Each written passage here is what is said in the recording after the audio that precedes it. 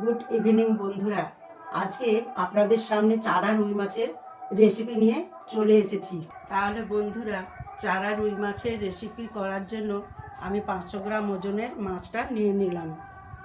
এবারে মাছগুলোকে একটু লবণ ও হলুদ গুঁড়ো ও একটু তেল মাখিয়ে নেব। এবারে মাছগুলোকে আমি মিনিমাম 15 মিনিট রেখে দেব। প্রথমে আমি টমেটো ও কাঁচা লঙ্কা মিক্সিতে দিয়ে দিলাম। এরপরে আমি আদা রসুন মিক্সিতে দিয়ে দিলাম এবং জিরে শুকনো লঙ্কা দিয়ে দিলাম। প্রথমে আমি কড়াইতে তেল দিয়ে দিলাম পরিমাণ মতো।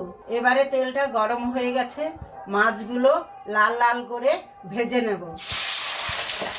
এক দিকটা ভাজা হয়ে গেলে অপর দিকটাও ঠিক একই রকম ভাজা করে নেব।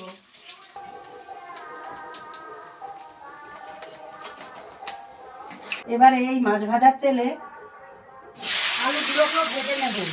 যাতে রংটা ভালো হয় এর জন্য আমি একটু হলুদ গুঁড়ো ও লবণ দিয়ে দিচ্ছি।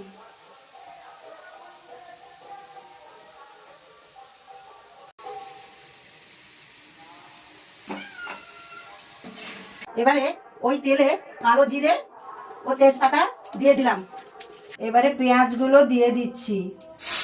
পেঁয়াজগুলোকে 1 থেকে 1.5 মিনিট নেড়ে নেব।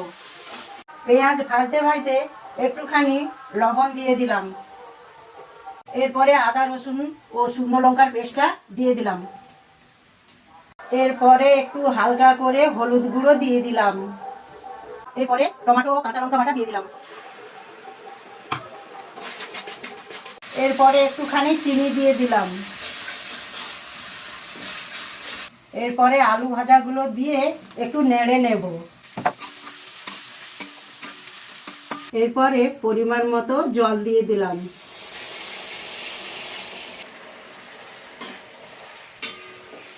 এবারে আলুগুলো সেদ্ধ হয়ে গেছে। এবারে মাছের পিসগুলো দিয়ে দেব।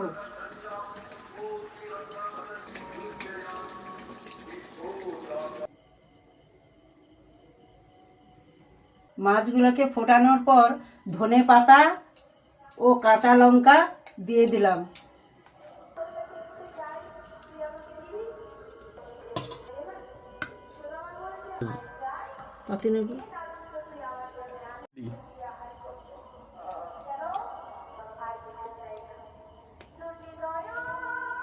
বন্ধুরা, এখানেই চারা রুই মাছের রেসিপি সমাপ্ত করছি। আর এরকম ভিডিও পেতে হলে চ্যানেলটিকে সাবস্ক্রাইব করবেন।